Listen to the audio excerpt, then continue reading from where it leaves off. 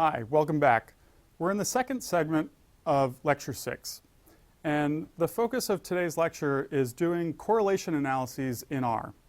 We spent the last couple of lectures poring over the details of correlation analysis, so now we're ready to implement some in R.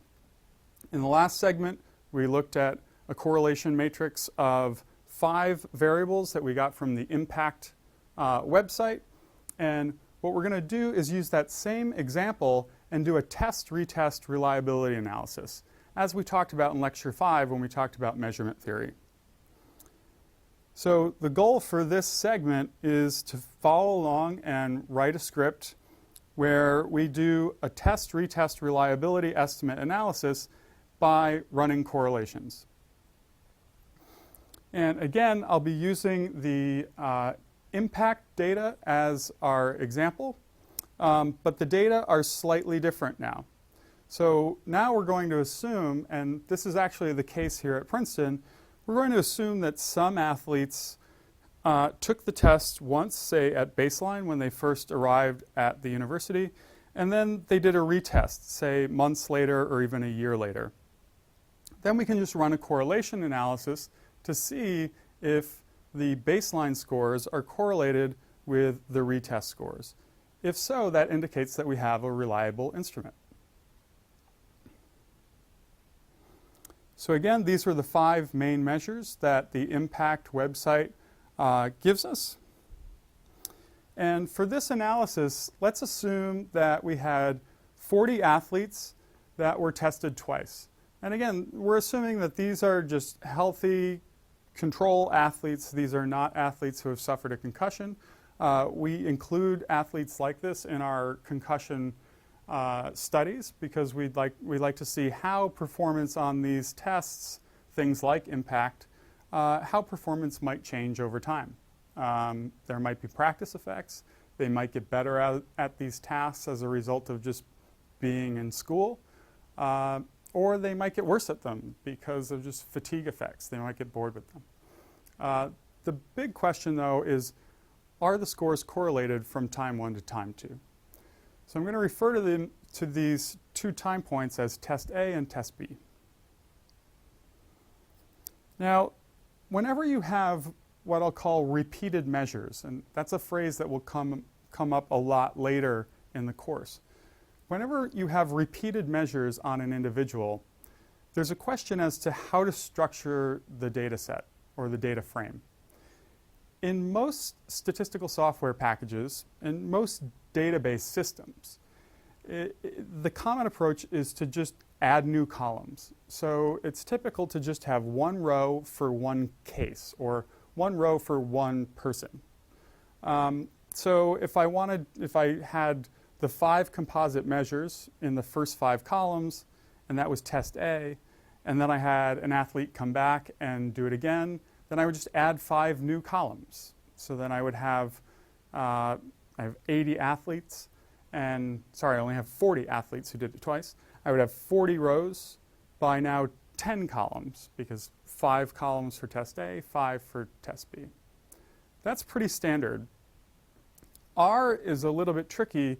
Sometimes when you're doing repeated measures analyses, particularly when you're doing analysis of variance, which we'll get to later in the semester, in R it's sometimes better to add new rows for repeated measures. So I'm going to do this test-retest reliability analysis both ways.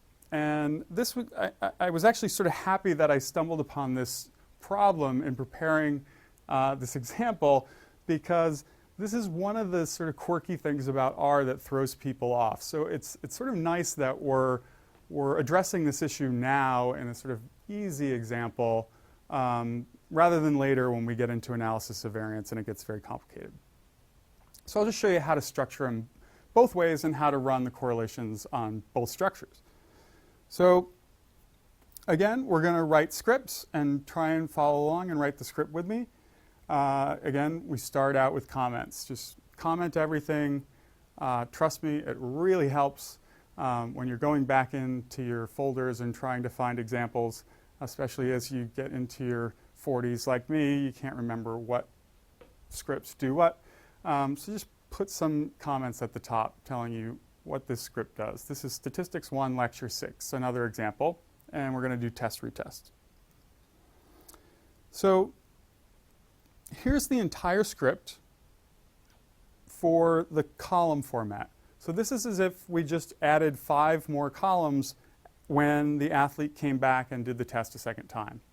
So again, imagine that our data frame is 40 rows for the 40 athletes by 10 columns, the 5 composite scores in test A and the 5 composite scores in test B.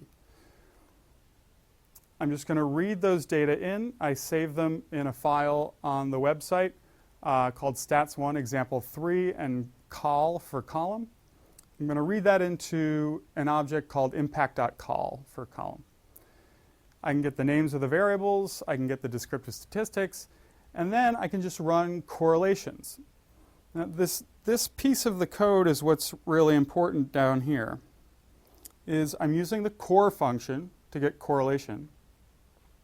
I'm accessing this new data frame that I created, impact.col, and using the $sign to get the verbal memory variable in the first line.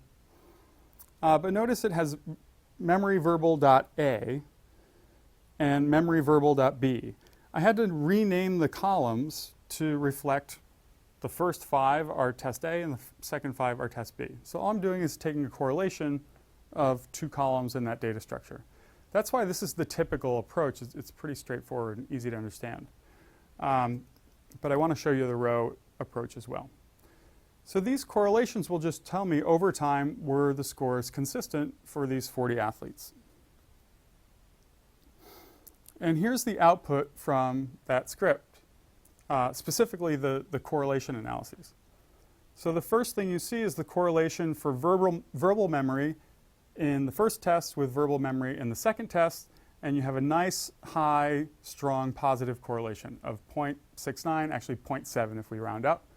That's a pretty good reliability. It's not great. Great would be above 0.9.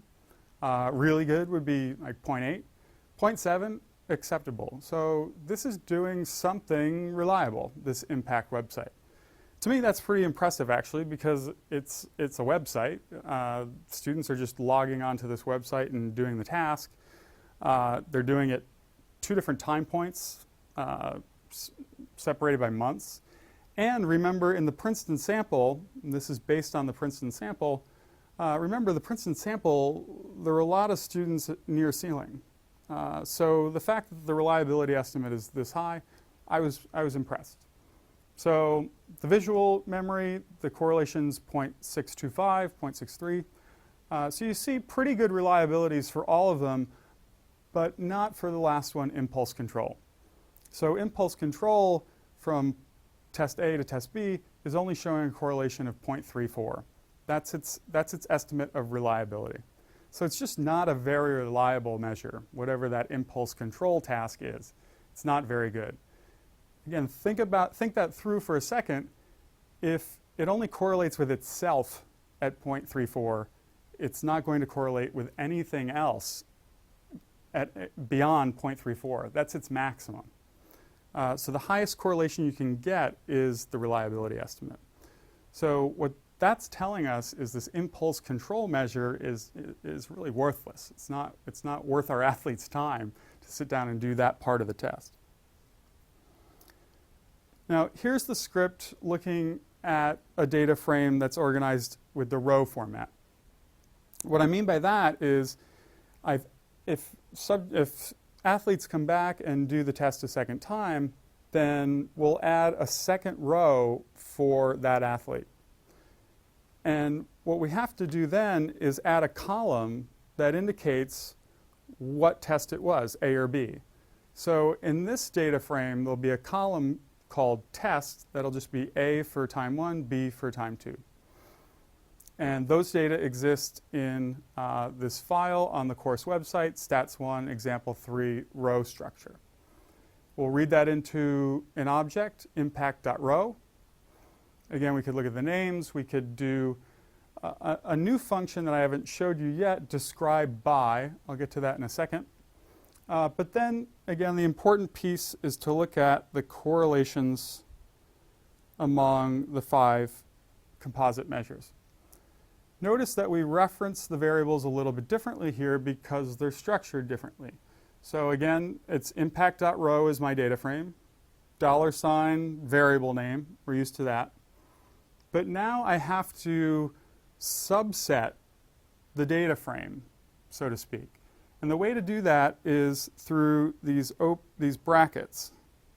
So again, I'm just doing the core function. So it's just core x comma y. But I have to use some sort of fancy code to get to my variables. It's the impact.row data frame. It's the memory.verbal variable. And then I'm going to take the subset of that was just from test A. So if impact.row $test, that was the name of the column for pre or post or baseline and retest. If that equals A, I'm going to take that subset of the data. And then, of course, what I'm going to do for the second variable is just if it equals B. So then I'm just correlating test A with test B. It's just a different way to access your data because we structured the data differently. But if I run that script, we get the same exact correlations. It's the same data, it's just structured differently. So we see the same thing. So 0.696 or 0.7 for the verbal memory. And again, nice and high. Again, not great reliability estimates, but good, sufficient. Except for impulse control. That one is really unacceptable. If that were a reliability estimate in my own research, I would not want to use that instrument again, or I would try and revise it, fix it, and try and figure out why it's so low. The other thing I want to show from this script is I sort of snuck a new function in there, describe by. So we're used to describe, that just gives us summary statistics for a data frame. But in a lot of examples going forward, we're going to have a categorical variable like this. So test A and test B, or we might have males and females. And if we do, then we might want to get descriptive statistics by that variable. So there's a function in R that allows you to do that, describe.by. So the way it works is you just type in describe.by, open parentheses, the data frame, comma, and then the variable, the categorical variable that you want to parse your descriptive statistics by. And for me, that was called test in this data frame. So then what it does is it gives me 2 sets of descriptive statistics, one for test A, another for test B. Again, we had 40 athletes do the test initially, and then the same 40 came back. And you can, if you want, you can look at sort of the changes in the means from time 1 to time 2, changes in variance from time 1 to time 2, not much change in variance, not much change in skew. There's not much change in any of these, actually, if you look at them. That's not really the emphasis of this analysis. Again, we wanted to just focus on the correlations.